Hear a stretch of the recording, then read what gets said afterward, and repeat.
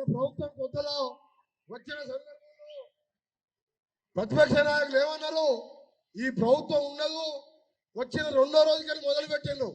కానీ 8 లక్షల కోట్లతో అప్పిస్తే అప్పులకు వడ్డీ కడుతూ వసలు కడుతూ ఒక్కొక్కటి చెప్పనివి సన్న బియ్యం వరకు నిన్నటి వరకు. మీరు ఎప్పుడైనా సన్న బియ్యంతో అన్నం తినారా? అక్కలు తెలియదు. మీరు వచ్చిన బియ్యాన్ని అమ్ముకునేది. ఇలా వేల కోట్ల స్కీములు ఇలా అమలు చేస్తూ రాష్ట్రాన్ని ఒక దారిలో పెడుతూ ఇప్పుడిప్పుడే ఆర్థికంగా ముందుకు పోతున్న సందర్భంలో కొన్ని పుకార్లు ఏమట్టిరు. రైతు భరోసా రాదు ఈ ప్రభుత్వంలోని.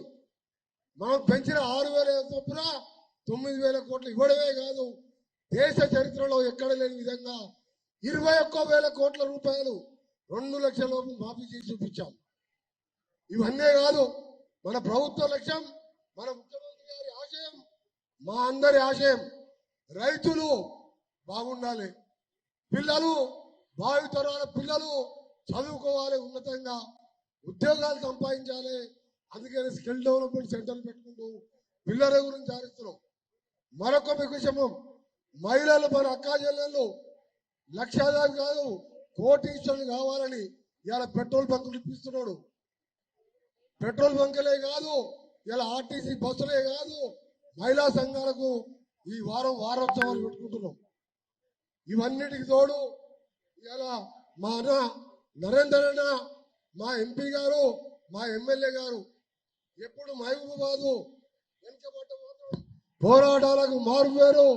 అలాంటి ప్రాంతాన్ని వెనుకబడేసినంటే వెంటనే R&B నుంచి 200 కోట్ల రూపాయలు ఇవాళ శంకుస్థాపన చేసుకొని టెండర్లు కూడా పూర్తి చేసుకున్నాం. నేను అందుకనే ఒకటి అంటున్నాం, కేసీఆర్ గారు ఆయన సిద్దిపేట, గజ్వేల్, సిరిసిల్లకే పరిమితమైండు. పక్కకున్న పోరాటాల జిల్లా మహబూబాబాద్ లాంటి వెనుకబడ్డ జిల్లాలో ఎప్పుడు కూడా ఆలోచించలే.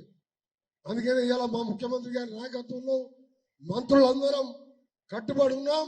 ఇవాళ R&B 5 ఏళ్లలో ఒక గుత్త కూడా పుడవలే. మన ఫైనాన్స్ మినిస్టర్ గారి సహకారంతో, ముఖ్యమంత్రి గారి ఆమోదంతో 6,600 కోట్ల రూపాయలు ఇప్పటికే ఇవాళ టెండర్లు కూడా పిలవడం జరిగింది. పనులు కూడా మొదలైనవి.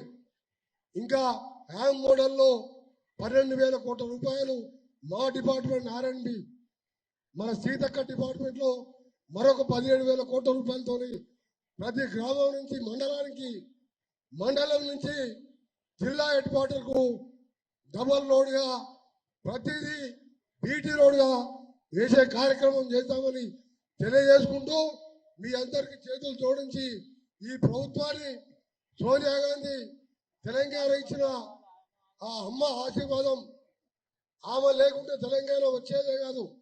అటు ఎంపీలు ఒక సైడు, ఉద్యమకారులు ఒక సైడు, నాలాంటి వారు మంత్రి పదవికే త్యాగం చేసినాం. ఆ తెలంగాణలో కేసీఆర్ది ఒక్క పైసా కూడా పాత్ర లేదు. ఒక్క పైసా కూడా పాత్ర లేకుండా 10 ఏళ్ళు మోసం చేసి అధికారంలోకి వచ్చిండు.